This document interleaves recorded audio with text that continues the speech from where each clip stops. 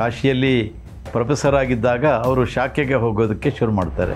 Doctor Keshava Baliram Hedgewar ರಾಷ್ಟ್ರೀಯ ಸ್ವಯಂ ಸೇವಕ ಸಂಘದ ಸಂಸ್ಥಾಪಕರು. ಅವರ ಒಂದು ಒಡನಾಟ, ಅವರ ಒಂದು ಸಂಪರ್ಕ ಜಾಸ್ತಿ ಆಗ್ತಾ ಹೋಗುತ್ತೆ. ಡಾಕ್ಟರ್ಜಿಗೆ ಅನ್ನಿಸ್ತು ಈ ವ್ಯಕ್ತಿ ಏನೋ ಒಂದು ವಿಶೇಷತೆ ಇದೆ ಅಂತ. ಗುರೂಜಿಯವರಿಗೆ ಸಂಘದಲ್ಲಿ ಶಿಕ್ಷಾರ್ಥಿಯಾಗಿ ಅನೇಕ ವಿಷಯಗಳನ್ನು ಕಲ್ತ್ಕೊಳ್ಳೋದಕ್ಕೆ ಹೀಗಾಗಿ ಅವಕಾಶವೇ ಸಿಗಲಿಲ್ಲ. ಗುರೂಜಿಯವರು ಸಂಘದ ಸರಸಂಘ ಚಾಲಕರಾಗಿ ನಿಯುಕ್ತಿಯಾದ ನಂತರ ಅದಕ್ಕೊಂದು ಹೊಸ ಡೈಮೆನ್ಷನನ್ನು ಕೊಟ್ಟರು ಅಂತ ಹೇಳ್ಬೋದು. ರಾಷ್ಟ್ರಪತಿ ಪ್ರಧಾನಿಗಳು ಹೇಗೆ ಅವರಿಗೆ ಚಿರಪರಿಚಿತರೋ ಅದೇ ಥರ ಒಬ್ಬ ಕಾರ್ಮಿಕ, ಒಬ್ಬ ಸಾಧಾರಣ ದಲಿತ ಕೂಡ ಅವರಿಗಷ್ಟೇ ಚಿರಪರಿಚಿತರಾಗಿದ್ದರು. ಇದೇ ನೆಹರು ಮುಂದೆ ಏನು ಹೇಳಿದರು ಅಂದರೆ, ಪಾರ್ಲಿಮೆಂಟಲ್ಲಿ ಈ ಭೂಮಿಯಲ್ಲಿ ಭಾರತದಲ್ಲಿ ಒಂದೇ ಒಂದು ಇಂಚು ಜಾಗವನ್ನು ಭಗವದ್ಧ್ವಜ ಹಾರೋದಕ್ಕೆ ನಾನು ಅವಕಾಶ ಕೊಡೋದಿಲ್ಲ ಅಂತ ಕೂಡ ಅವರು ವಿರೋಧ ಮಾಡಿದರು. ಗುರೂಜಿಯವರನ್ನು ಅರೆಸ್ಟ್ ಮಾಡಿದರು. 18 ತಿಂಗಳ ಕಾಲ ಅವರು ಜೈಲಿನಲ್ಲೇ ಇರಬೇಕಾದಂಥ ಸ್ಥಿತಿ ಇತ್ತು. 1930ರಲ್ಲಿ ಅವರಿಗೆ ಕಾಶಿ ಹಿಂದೂ ವಿಶ್ವವಿದ್ಯಾಲಯದಿಂದ ಒಂದು ಆಫರ್ ಬರುತ್ತೆ, ಪ್ರಾಣಿಶಾಸ್ತ್ರದ ಪ್ರಾಧ್ಯಾಪಕರಾಗಬೇಕು ಅಂಥೇಳಿ. ಅದನ್ನು ಅವರು ಒಪ್ಕೊಳ್ತಾರೆ. ಯಾಕೆಂದರೆ ಮನೆಯಲ್ಲೂ ಕೂಡ ಗುರು ಮಾಧವರಾವ್ ಏನಾದರೂ ಸಂಪಾದನೆ ಮಾಡಬೇಕು, ಉದ್ಯೋಗ ಹಿಡಿಬೇಕು ಅನ್ನುವಂಥ ಆಸೆ ತಂದೆ ತಾಯಿಗಳದ್ದಿರುತ್ತೆ. ಅವರು ಆಸೆಯನ್ನು ಪೂರೈಸೋದಕ್ಕೋಸ್ಕರ ಇರಲಿ ಅಂತ ಅವರು ಕಾಶಿಗೆ ಹೊರಡ್ತಾರೆ. ಅಲ್ಲಿ ಪ್ರಾಣಿಶಾಸ್ತ್ರದ ಪ್ರಾಧ್ಯಾಪಕರಾಗ್ತಾರೆ. ಅದೇ ಸಂದರ್ಭದಲ್ಲಿ ಅವರಿಗೆ ಸಂಘದ ಒಂದು ಸಂಪರ್ಕ ಕೂಡ ಬರುತ್ತೆ. ಬಯ್ಯಾಜಿ ದಾಣಿ ಹಿಂದೆ ಅವರು ಸಂಘದ ಸರ್ಕಾರಿಯವರಾಗಿದ್ದವರು, ಅವರು ಕಾಶಿಯಲ್ಲಿ ಅಧ್ಯಯನ ಮಾಡೋದಕ್ಕೆ ಅಂತ ಬಂದಿರ್ತಾರೆ. ಅವರ ಸಂಪರ್ಕ ಬರುತ್ತೆ. ಅವರು ಇವರನ್ನು ಶಾಖೆಗೆ ಕರ್ಕೊಂಡು ಹೋಗಲಿಕ್ಕೆ ಶುರು ಮಾಡ್ತಾರೆ. ಕಾಶಿಯಲ್ಲಿ ಪ್ರೊಫೆಸರ್ ಆಗಿದ್ದಾಗ ಅವರು ಶಾಖೆಗೆ ಹೋಗೋದಕ್ಕೆ ಶುರು ಮಾಡ್ತಾರೆ. ಆ ಕಾಲೇಜ್ನಲ್ಲಿದ್ದಾಗ ಅವರು ಬೋಧಿಸ್ತಾ ಇದ್ದಿದ್ದು ಪ್ರಾಣಿಶಾಸ್ತ್ರ. ಆದರೆ ಬೇರೆ ವಿದ್ಯಾರ್ಥಿಗಳಿಗೋಸ್ಕರ, ಬೇರೆ ವಿದ್ಯಾರ್ಥಿಗಳ ಒಂದು ಕಲಿಕೆಯನ್ನು, ಅವರ ಮಟ್ಟವನ್ನು ಜಾಸ್ತಿ ಮಾಡೋದಕ್ಕೆ ಇವರು ಅರ್ಥಶಾಸ್ತ್ರ, ಗಣಿತ, ದರ್ಶನ ಹೀಗೆ ಬೇರೆ ಬೇರೆ ಎಲ್ಲ ಅಧ್ಯಯನ ಮಾಡಿ ಅವರಿಗೆ ಅದನ್ನು ಬೋಧಿಸೋದಕ್ಕೆ ಶುರು ಮಾಡ್ತಾರೆ. ಅಂದರೆ ಕಾಲೇಜಿನಲ್ಲಿ ಹೆಸರಿಗೆ, ಯೂನಿವರ್ಸಿಟಿಯಲ್ಲಿ ಇವರು ಪ್ರಾಣಿಶಾಸ್ತ್ರದ ಪ್ರಾಧ್ಯಾಪಕರು, ಆದರೆ ಬೇರೆ ವಿದ್ಯಾರ್ಥಿಗಳಿಗೆ ಗಣಿತ, ಅರ್ಥಶಾಸ್ತ್ರ, ದರ್ಶನ ಇದೆಲ್ಲವುದನ್ನು ಕಲಿಸ್ತಾ ಇದ್ದರು. ಇಡೀ ಕಾಶಿ ಹಿಂದೂ ವಿಶ್ವವಿದ್ಯಾಲಯದಲ್ಲಿ ಇವರು ಬಹಳ ಚಿರಪರಿಚಿತ, ಬಹಳ ಎಲ್ಲರಿಗೂ ಪ್ರಿಯವಾದಂಥ ಒಬ್ಬ ಅಧ್ಯಾಪಕರಾಗಿದ್ದರು. ಎಲ್ಲರೂ ಹಾಗಾಗಿ ಗುರೂಜಿ ಅಂತ ಇವರನ್ನು ಕರೀತಾ ಇದ್ದರು. ಜೊತೆಗೆ ಇವರು ಉದ್ದ ಗಡ್ಡವನ್ನು ಬಿಟ್ಟಿದ್ದರು, ತಲೆ ಉದ್ದ ನೀಳ ಕೇಶರಾಶಿ ಮತ್ತು ಯಾವಾಗಲೂ ಒಂದು ಬಿಳಿ ಜುಬ್ಬ, ಒಂದು ಬಿಳಿ ಧೋತಿ, ಇವರ ವೇಷಭೂಷಣ ಇದೆಲ್ಲ ನೋಡಿದಾಗ ಇವರನ್ನೆಲ್ಲರೂ ಇವರು ನಿಜವಾದ ಗುರೂಜಿ ಅಂತಲೇ ಎಲ್ಲರೂ ಭಾವಿಸಿದರು. ಆ ವಿಶ್ವವಿದ್ಯಾಲಯದಲ್ಲಿರಬೇಕಾದ್ರೆ ಅವರಿಗೆ ಪಂಡಿತ್ ಮದನ ಮೋಹನ ಮಾಲವೀಯ, ಹಿಂದೂ ಯೂನಿವರ್ಸಿಟಿಯ ಸಂಸ್ಥಾಪಕರು, ಅವ್ರದ್ದೆಲ್ಲ ತುಂಬ ನಿಕಟವಾದ ಒಂದು ಪರಿಚಯ ಇತ್ತು. ಜೊತೆಗೆ ರಾಮ್ ಮನೋಹರ ಲೋಹಿಯಾ ಅವರು ಕೂಡ ಅದೇ ವಿಶ್ವವಿದ್ಯಾಲಯದಲ್ಲಿ ಇದ್ದವರು, ಅವ್ರದ್ದು ಕೂಡ ನಿಕಟವಾದ ಪರಿಚಯ ಇವರಿಗಿತ್ತು. ರಾಮ್ ಮನೋಹರ್ ಲೋಹಿಯಾ ಅವರು ಸಮಾಜವಾದಿಯ ನಾಯಕರಾಗಿ ಮುಂದೆ ಇಡೀ ದೇಶದಲ್ಲಿ ಭಾಳ ತಮ್ಮ ಪ್ರಭಾವವನ್ನು ಬೀರ್ತಾರೆ. ಅವ್ರದ್ದು ಕೂಡ ಅಷ್ಟೇ ನಿಕಟವಾದ ಪರಿಚಯ ಮಾಧವರಾವ್ ಅವರಿಗಿತ್ತು. ಸರಿ, ಕಾಶಿಯಲ್ಲಿ ಒಂದು 3 ವರ್ಷ ಅವರಿದ್ದರು. ಅಷ್ಟೊತ್ತಿಗೆ ಅವರ ಕಾಂಟ್ರ್ಯಾಕ್ಟ್ ಮುಗಿದಿತ್ತು. 3 ವರ್ಷದ ಒಂದು ಕಾಂಟ್ರ್ಯಾಕ್ಟ್ ಇತ್ತು, ಅದು ಮುಗೀತು. ಮುಗಿದ ನಂತರ ಅವರು ವಾಪಸ್ಸು ನಾಗ್ಪುರಕ್ಕೆ ಬರ್ತಾರೆ. ಈ ಸಂದರ್ಭದಲ್ಲಿ ನಾಗ್ಪುರದಲ್ಲಿ ಅವರಿಗೆ ಡಾಕ್ಟರ್ ಕೇಶವ ಬಲಿರಾಮ್ ಹೆಡ್ಗೇವಾರ್ ರಾಷ್ಟ್ರೀಯ ಸ್ವಯಂ ಸೇವಕ ಸಂಘದ ಸಂಸ್ಥಾಪಕರು, ಅವರ ಒಂದು ಒಡನಾಟ, ಅವರ ಒಂದು ಸಂಪರ್ಕ ಜಾಸ್ತಿ ಆಗ್ತಾ ಹೋಗುತ್ತೆ. ಡಾಕ್ಟರ್ ಹೆಡ್ಗೇವಾರ್ ಇವರನ್ನು ತುಂಬ ಮೊದಲಿನಿಂದ ಗಮನಿಸ್ತಾ ಇದ್ದರು. ಅಂದರೆ ಇವರ ಒಂದು ಆ್ಯಟಿಟ್ಯೂಡು, ಇವರ ಸಮಾಜದ ಬಗ್ಗೆ ಇರುವಂಥ ಇವರ ಕಾಳಜಿ, ಇದನ್ನೆಲ್ಲ ಗಮನಿಸಿದಾಗ ಡಾಕ್ಟರ್ಜಿಗೆ ಅನ್ನಿಸ್ತು ಈ ವ್ಯಕ್ತಿ ಏನೋ ಒಂದು ವಿಶೇಷತೆ ಇದೆ ಅಂತ. ಮುಂದೆ ಬಹುಶಃ ಸಂಘಕ್ಕೆ ಇವರೊಂದು ದೊಡ್ಡ ಶಕ್ತಿ ಅಂತ ಆಗಲೇ ಅವರಿಗೆ ಡಾಕ್ಟರ್ಜಿಯವರಿಗೆ ಅನಿಸಿರ್ಬೋದು. ಡಾಕ್ಟರ್ಜಿಯವರ ಸಂಪರ್ಕಕ್ಕೆ ಬರ್ತಾರೆ. 1937ರಲ್ಲಿ ಅವರು ಒಂದು ಶಿಬಿರದಲ್ಲಿ ಸರ್ವಾಧಿಕಾರಿ ಕೂಡ ಆಗಿರ್ತಾರೆ. ಕೇವಲ ಸರ್ವಾಧಿಕಾರಿ ಆಗಿದ್ದರು. ಅಂದರೆ ಇಡೀ ಶಿಬಿರದಕ್ಕೆ ಅವ್ರು ಕಲಿಯೋದಕ್ಕೆ ಅಂತ ಹೋದಾಗ ಅವ್ರನ್ನ ಸರ್ವಾಧಿಕಾರಿ ಮಾಡಿದರು. ಇಡೀ ಶಿಬಿರದ ಜವಾಬ್ದಾರಿಯಲ್ಲಿ ಅವ್ರಿಗೆ ಕೊಟ್ಟರು. ಅದನ್ನು ಬಹಳ ಅಚ್ಚುಕಟ್ಟಾಗಿ ಗುರೂಜಿಯವರು ನಿರ್ವಹಿಸಿದರು. ಆನಂತರ ಡಾಕ್ಟರ್ಜಿಯವರ ಸಂಪರ್ಕದಲ್ಲಿದ್ದಾಗಲೇ ಡಾಕ್ಟರ್ಜಿಯವರಿಗೆ ಕೊನೆಯ ದಿನಗಳಲ್ಲಿ ಅವರಿಗೆ ಸ್ವಲ್ಪ ಅನಾರೋಗ್ಯ ಕಾಡೋಕ್ಕೆ ಶುರುವಾಯಿತು. ಅವರಿಗೆ ಕಾಯಿಲೆ ಪ್ರಾರಂಭ ಆಯಿತು. ಅಷ್ಟೊತ್ತಿಗೆ ಗುರೂಜಿಯವರನ್ನು ಸರ್ಕಾರಿ ವಿವಾಹ ಅಂತ ಘೋಷಣೆಯನ್ನು ಕೂಡ ಮಾಡಿದರು. ಸಂಘದ 2ನೇ ಅತ್ಯುನ್ನತ ಸ್ಥಾನ ಅದನ್ನು ಅವರು ನಿರ್ವಹಿಸ್ತಾಯಿದ್ರು. ಗುರೂಜಿಯವರಿಗೆ ಸಂಘದಲ್ಲಿ ಶಿಕ್ಷಾರ್ಥಿಯಾಗಿ ಅನೇಕ ವಿಷಯಗಳನ್ನು ಕಲ್ತ್ಕೊಳ್ಳೋದಕ್ಕೆ ಹೀಗಾಗಿ ಅವಕಾಶವೇ ಸಿಗಲಿಲ್ಲ. ಅವರು ಸಂಘಕ್ಕೆ ಬರ್ತಾ ಇದ್ದಾಗೇ ಸರ್ವಾಧಿಕಾರಿಯಾದರು, ಆಮೇಲೆ ಸರ್ಕಾರಿಯವರಾದರು. ಆದರೆ ಗುರೂಜಿಯವರು ಏನು ಮಾಡ್ತಾಯಿದ್ರು ಅಂದರೆ, ಆ ಶಿಬಿರದ ಎಲ್ಲ ಕಾರ್ಯಕ್ರಮಗಳು ಮುಗಿದ ನಂತರ ಅಲ್ಲಿನ ಶಾರೀರಿಕ ಪ್ರಮುಖಗೆ ಅವನಿಗೆ ಹೇಳಿಬಿಟ್ಟು, ನನಗೆ ನೀನು ಈಗ ಏನೇನು ಇಲ್ಲಿ ಶಿಕ್ಷಾರ್ಥಿಗಳು ಕಲಿತಾ ಇದ್ದಾರೆ ಅದೆಲ್ಲವುದನ್ನು ನನಗೆ ಕಲಿಸ್ಬೇಕು ಅಂತ ಹೇಳ್ತಾ ಇದ್ರಂತೆ.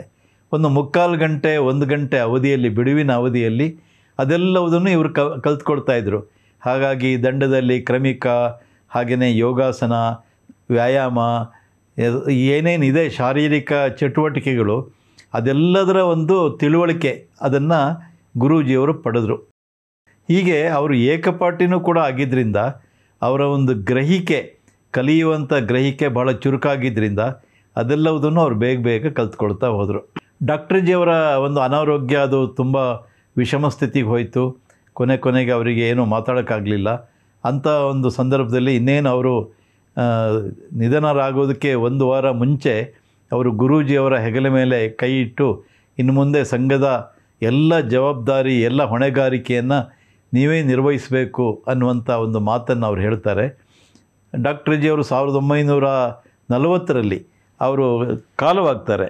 ಅವರು ಕಾಲ ಆಗುವಂಥ ಸಂದರ್ಭದಲ್ಲಿ ಗುರೂಜಿಯವರು ಇನ್ನು ಮುಂದೆ ಹೊಣೆಗಾರಿಕೆ ಹೊರಬೇಕು ಅಂತ ಕೂಡ ನಿಶ್ಚಯ ಆಗಿರುತ್ತೆ. ಡಾಕ್ಟರ್ ಜಿಯವರ ನಿಧನ ನಂತರ ಸಂಘದ ಆಗಿನ ಎಲ್ಲ ಪ್ರಮುಖರು ಸೇರಿ ಗುರೂಜಿಯವರನ್ನ ಮುಂದಿನ ಸರಸಂಘ ಚಾಲಕಂತ ಅವರು ಘೋಷಣೆ ಮಾಡ್ತಾರೆ. 1940 ಜೂನ್ 30ನೇ ತಾರೀಕು ಡಾಕ್ಟರ್ ಜಿಯವರು ನಿಧನರಾದರು. ಅದಾದಮೇಲೆ ಎಲ್ಲ ಸಂಘದ ಹೊಣೆಗಾರಿಕೆ ಇವರ ಒಂದು ಹೆಗಲಿಗೆ ಬಿತ್ತು ಅಂತ ಹೇಳ್ಬೋದು. ಆಗ ಸಂಘದ ಒಂದು ವಿಶೇಷತೆ ಏನು ಅಂದರೆ, ಸಂಘ ಕೇವಲ ನಾಗ್ಪುರ ಮತ್ತು ಸುತ್ತಮುತ್ತ, ಹೆಚ್ಚು ಅಂದರೆ ಪೂನಾ, ವಿದರ್ಭ, ಈ ಥರದ ಕೆಲವು ಕಡೆಗಳಿಗೆ ಮಾತ್ರ ಅದು ಪಸರಿಸಿತ್ತು. ಬೇರೆ ಕಡೆಗೆ ಸಂಘ ಇನ್ನೂ ಹೋಗಿರಲಿಲ್ಲ. ಅಂದರೆ ಸಂಘಕ್ಕೆ ಒಂದು ಅಖಿಲ ಭಾರತ ವ್ಯಾಪ್ತಿ ಅನ್ನೋದೇನಿರಲಿಲ್ಲ. ಆದರೆ ಗುರೂಜಿಯವರು ಸಂಘದ ಸರಸಂಘ ಚಾಲಕರಾಗಿ ನಿಯುಕ್ತಿಯಾದ ನಂತರ ಸಂಘದ ಅದಕ್ಕೊಂದು ಹೊಸ ಡೈಮೆನ್ಷನನ್ನು ಕೊಟ್ಟರು ಅಂತ ಹೇಳ್ಬೋದು. ಸಂಘದ ವ್ಯಾಪ್ತಿ ದೊಡ್ಡದಾಗ್ತಾ ಹೋಯಿತು. ಕಳೆದ ಒಂದು ಶತಮಾನದಲ್ಲಿ ಭಾರತ ಕಂಡಂಥ ಒಬ್ಬ ಅಗ್ರ ಪಂಕ್ತಿಯ ನಾಯಕರು ಗುರೂಜಿಯವರಾದರು. ಅವರು ಇಡೀ ದೇಶವನ್ನೆಲ್ಲ ಸುತ್ತಾಡಿದರು. ನಾನು ಆಗಲೇ ಹೇಳಿದಾಗ 60ಕ್ಕಿಂತ ಹೆಚ್ಚು ಬಾರಿ ದೇಶವನ್ನು ಸುತ್ತಾಡಿದರು. ಅವರು ದೇಶವನ್ನು ಯಾಕೆ ಸುತ್ತಾಡಿದರು? ಹಿಂದೂ ಧರ್ಮದ ಬಗ್ಗೆ ಜನರಲ್ಲಿ ಸರಿಯಾದ ಒಂದು ಕಲ್ಪನೆಯನ್ನು ಮೂಡಿಸಬೇಕು, ಹಾಗೆಯೇ ನಮ್ಮ ಸಂಸ್ಕೃತಿ ಪರಂಪರೆಯ ಒಂದು ತಿಳುವಳಿಕೆಯನ್ನು ಜನರಿಗೆ ಕೊಡಬೇಕು. ರಾಷ್ಟ್ರೀಯ ಸ್ವಯಂ ಸೇವಕ ಸಂಘದ ಒಂದು ಪರಿಚಯವನ್ನು ಎಲ್ಲರಿಗೂ ಮಾಡಿಕೊಡಬೇಕು. ಅದುವರೆಗೆ ಯಾರಿಗೂ ಅಷ್ಟು ಪರಿಚಯವೇ ಇರಲಿಲ್ಲ. ಅಂತಹ ಒಂದು ಪರಿಚಯವನ್ನು ಮಾಡಿಕೊಡ್ಬೇಕು. ಜೊತೆಗೆ ಹಿಂದೂ ಸಮಾಜದ ಒಂದು ಸಂಘಟನೆಯನ್ನು, ಅದಕ್ಕೊಂದು ಭದ್ರ ಬುನಾದಿಯನ್ನು ತಂದು ಕೊಡಬೇಕು. ಹೀಗೆ ಅವರು ಎಲ್ಲ ಗುರಿಗಳನ್ನು ಇಟ್ಕೊಂಡು ಇಡೀ ದೇಶವ್ಯಾಪಿ ಪ್ರವಾಸವನ್ನು ಕೈಗೊಳ್ತಾರೆ. ಕೇವಲ ನಾಗ್ಪುರದಲ್ಲಿ, ವಿದರ್ಭದಲ್ಲಿ ಮತ್ತು ಸ್ವಲ್ಪ ಪೂನಾದಲ್ಲಿ ಇದ್ದಂಥ ರಾಷ್ಟ್ರೀಯ ಸ್ವಯಂ ಸೇವಕ ಸಂಘ ಅದು ನೋಡ್ತಾ ಗುರೂಜಿಯವರ ಕಾಲದಲ್ಲಿ ಇಡೀ ದೇಶವ್ಯಾಪಿಯಾಗಿ ಹರಡೋದಕ್ಕೆ ಸಾಧ್ಯವಾಯಿತು. ಸುತ್ತಮುತ್ತ ಇದ್ದಂಥ ಎಲ್ಲ ಪ್ರಾಂತಗಳಿಗೆ ಹರಡಿತು. ಕಾಶ್ಮೀರದಿಂದ ಕನ್ಯಾಕುಮಾರಿವರೆಗೆ, ಅಟಕ್ನಿಂದ ಕಟಕ್ವರೆಗೆ ಸಂಘ ಒಂದು ವಿಸ್ತಾರ ಕಂಡಿದ್ದರೆ ಅದಕ್ಕೆ ಗುರೂಜಿಯವರ ಒಂದು ಸತತ ಪ್ರವಾಸ ಮತ್ತು ಅವರ ಸತತ ಕಾರ್ಯಚಟುವಟಿಕೆಗಳೇ ಕಾರಣ ಅಂತ ಹೇಳ್ಬೋದು. ಹೀಗೆ ತಮ್ಮ ಒಂದು 33 ವರ್ಷಗಳ ಸರಸಂಘ ಚಾಲಕ ಅವಧಿಯಲ್ಲಿ ಗುರೂಜಿಯವರು ಒಂದು ಅದ್ಭುತವಾದ ಕೆಲಸವನ್ನು ಮಾಡ್ತಾರೆ. ದೇಶದ ರಾಷ್ಟ್ರಪತಿ, ಪ್ರಧಾನಿಯವರಿಂದ ಹಿಡಿದು ಸಾಮಾನ್ಯ ಜನರು ಕೂಡ, ಸಾಮಾನ್ಯ ಜನ, ರೈತರು, ಈ ಥರ ಕಾರ್ಮಿಕರು, ದೀನರು, ದಲಿತರು ಎಲ್ಲರ ಜೊತೆಗೆ ಒಡನಾಟ ಅವ್ರದ್ದಿತ್ತು.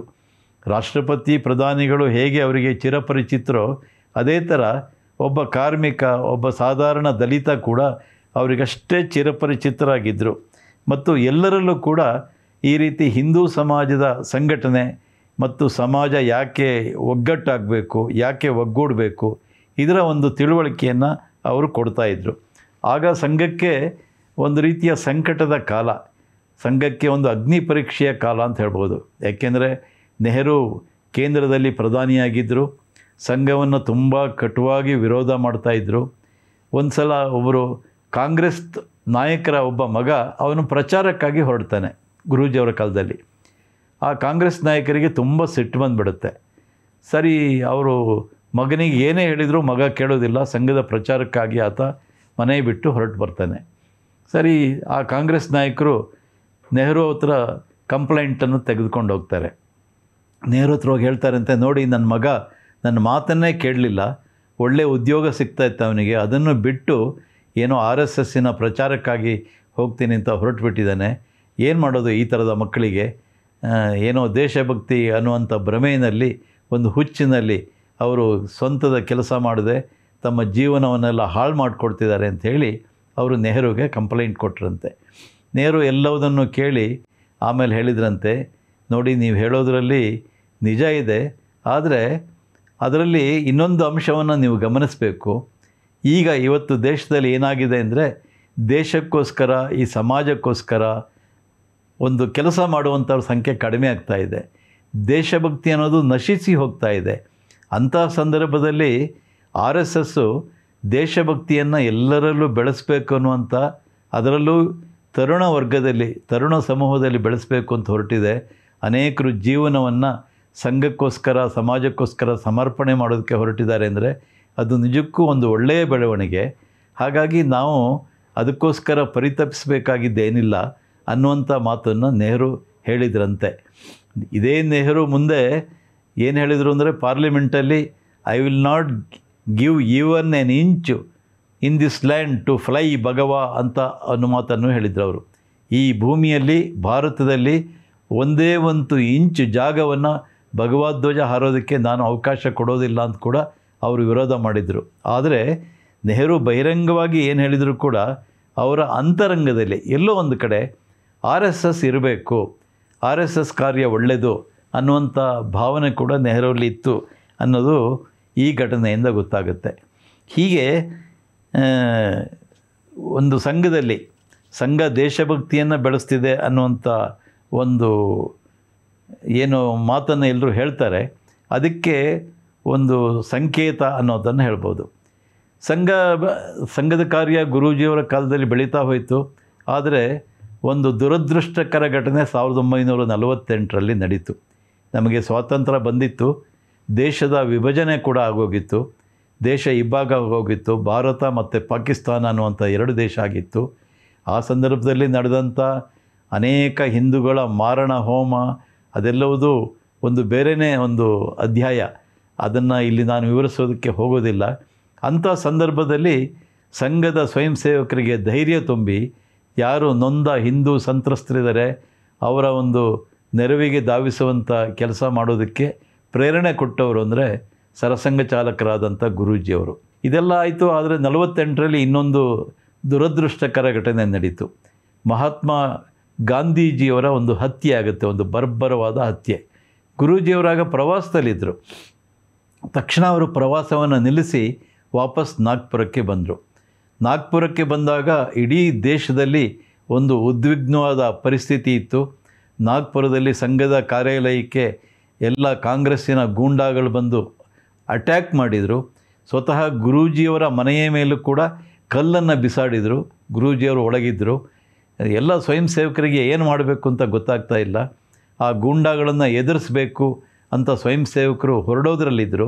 ಆದರೆ ಗುರೂಜಿಯವರು ಹೇಳಿದ್ರಂತೆ, ಏನು ಮಾಡಬೇಡಿ, ಇದೊಂದು ಅಗ್ನಿ ಪರೀಕ್ಷೆ ನಮಗೆ, ಈ ಅಗ್ನಿ ಪರೀಕ್ಷೆಯಲ್ಲಿ ನಾವು ಉತ್ತೀರ್ಣರಾಗಬೇಕು ಅನ್ನುವಂಥ ಮಾತನ್ನು ಗುರೂಜಿಯವರು ಹೇಳಿದ್ರಂತೆ.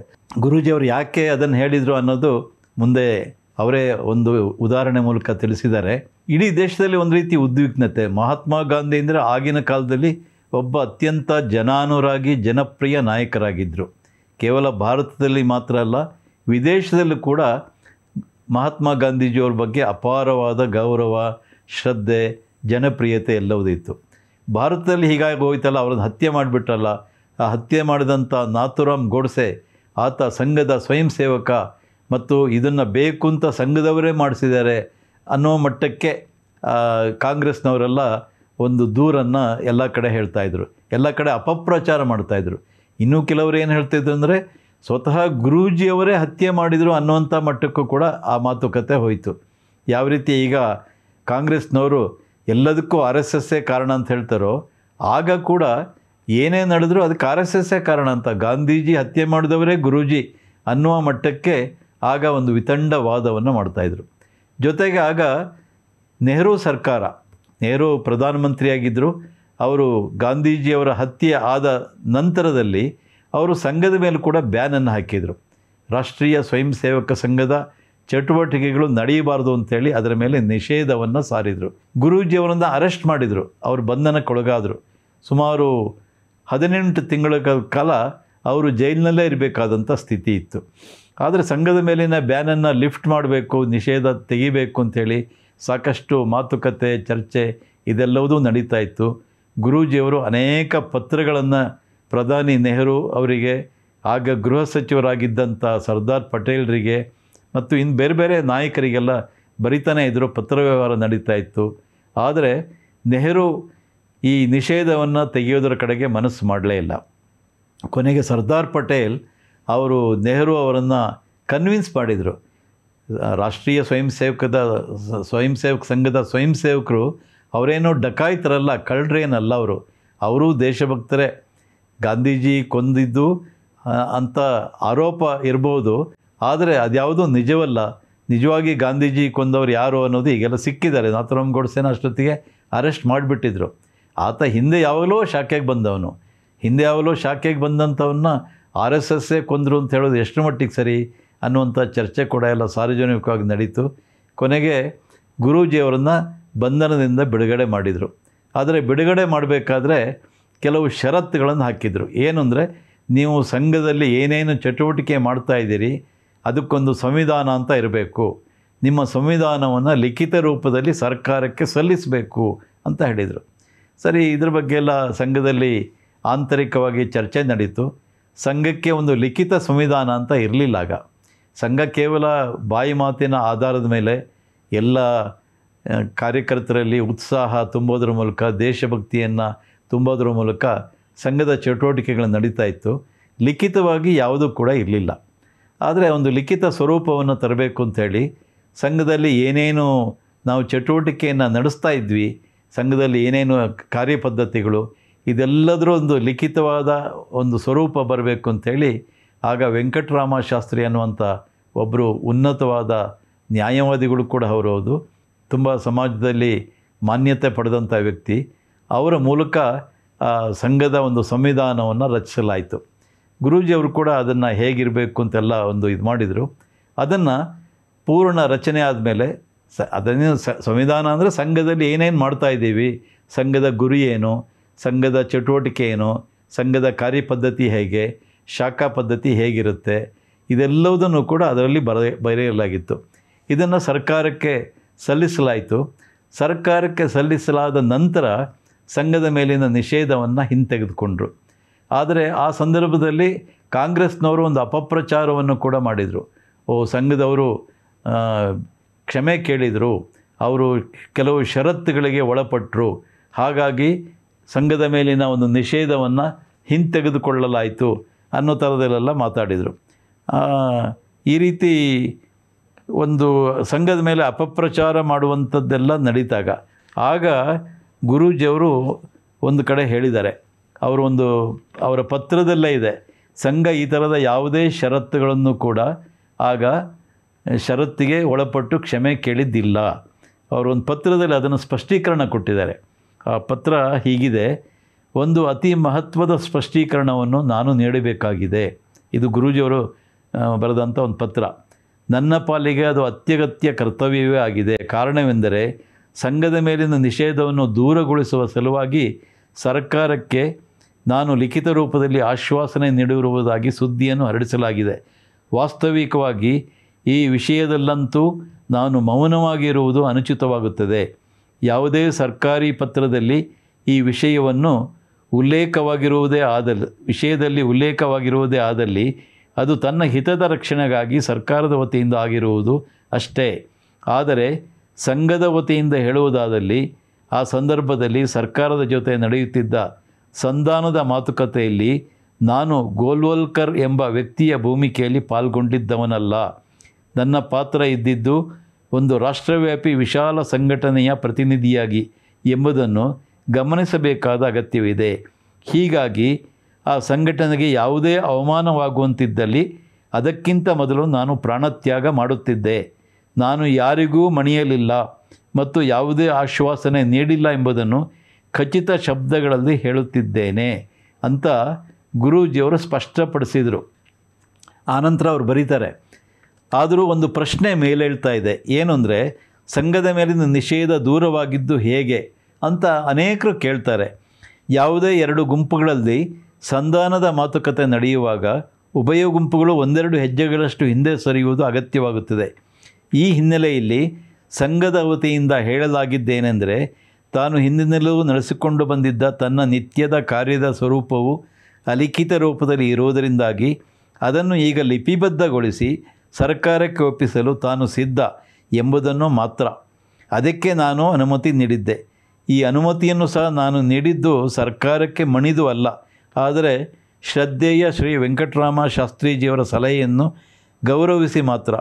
ಶಾಸ್ತ್ರೀಜಿಯವರು ನನ್ನ ತಂದೆಗಿಂತ 1 ವರ್ಷಕ್ಕೆ ಹಿರಿಯರು. ಸಮಾಜದಲ್ಲಿ ಅವರಿಗಿರುವ ಗೌರವದ ಸ್ಥಾನ, ಪ್ರತಿಷ್ಠೆ, ಅವರ ಜ್ಞಾನ ಮತ್ತು ಎಲ್ಲವನ್ನೂ ಶಾಂತ ಚಿತ್ತದಿಂದ ಯೋಚಿಸುವಂಥ ಅವರ ಮನೋಧರ್ಮ, ಇವೆಲ್ಲವುಗಳಿಂದ ನಾನು ಪ್ರಭಾವಿತನಾಗಿರುವೆ.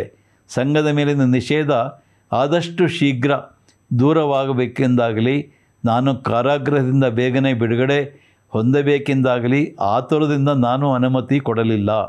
ಆದರೆ ಶಾಸ್ತ್ರೀಜಿಯವರಂಥ ಉದಾರ ಮನಸ್ಸಿನ ಹಿರಿಯರ ಮಾತಿಗೆ ತಲೆಬಾಗಿ ಮಾತ್ರ ನಾನು ಅನುಮತಿ ನೀಡಿದೆ ಅನ್ನುವಂಥ ಮಾತನ್ನು ಗುರೂಜಿಯವರು ಹೇಳಿದರೆ, ಅದು ಗುರೂಜಿ ಸಮಗ್ರ ದರ್ಶನ ಭಾಗ 2ರಲ್ಲಿ ಇದೆ. ಈ ರೀತಿ ಆಗ ಏನೊಂದು ಸಂಘದ ಮೇಲೆ ಆರೋಪ ಬಂದಿತ್ತು, ಸಂಘ ಕ್ಷಮಾಪಣೆ ಕೇಳ್ತು, ಷರತ್ತುಗಳಿಗೆ ಒಳಪಡ್ತು ಅನ್ನೋದನ್ನೆಲ್ಲ ಸ್ಪಷ್ಟವಾಗಿ ನಿರಾಕರಿಸಿದರು ಗುರೂಜಿಯವರು. ಏನು ನಡೀತು ಅನ್ನೋದನ್ನು ಅವರು ಜನರ ಮುಂದೆ ಸ್ಪಷ್ಟಪಡಿಸಿದರು. ಹೀಗೆ ಒಂದು ಕಳಂಕ ಬಂದಿತ್ತು. ಆ ಕಳಂಕವನ್ನು ನೀಗಿಸೋದರಲ್ಲಿ ಗುರೂಜಿಯವರು ಅತ್ಯಂತ ಯಶಸ್ವಿಯಾದರು. ಈಗಲೂ ಕೂಡ ಆಗ ಕೋರ್ಟಿನ ತೀರ್ಪ ಇತ್ತು, ಗಾಂಧೀಜಿ ಹತ್ಯೆಗೂ ಮತ್ತು RSSಗೂ ಯಾವುದೇ ಸಂಬಂಧ ಇಲ್ಲ ಅನ್ನುವಂಥದ್ದು ಕೋರ್ಟಿನ ತೀರ್ಪು. ಆ ತೀರ್ಪು ನ್ಯಾಯಾಲಯದ ಇದರಲ್ಲಿ ತೀರ್ಪಿನ ಪುಸ್ತಕದಲ್ಲಿ ಕೂಡ ಪ್ರಕಟವಾಗಿದೆ. ಸಂಘದ ಬೇರೆ ಬೇರೆ ಪ್ರಕಾಶನಗಳಲ್ಲೂ ಅದಿದೆ. ಆದರೂ ಕೂಡ ಈಗಲೂ ಕಾಂಗ್ರೆಸ್ನವರು ಗಾಂಧಿಯನ್ನು ಕೊಂದವರು ಸಂಘದವರು ಅಂಥೇಳಿ ಆರೋಪವನ್ನು ಮಾಡ್ತಾ ಇರ್ತಾರೆ. ಆ ಆರೋಪಕ್ಕೆ ಯಾವುದೇ ಹುರುಳಿಲ್ಲ ಅನ್ನೋದು ಮಾತ್ರ ಸ್ಪಷ್ಟ.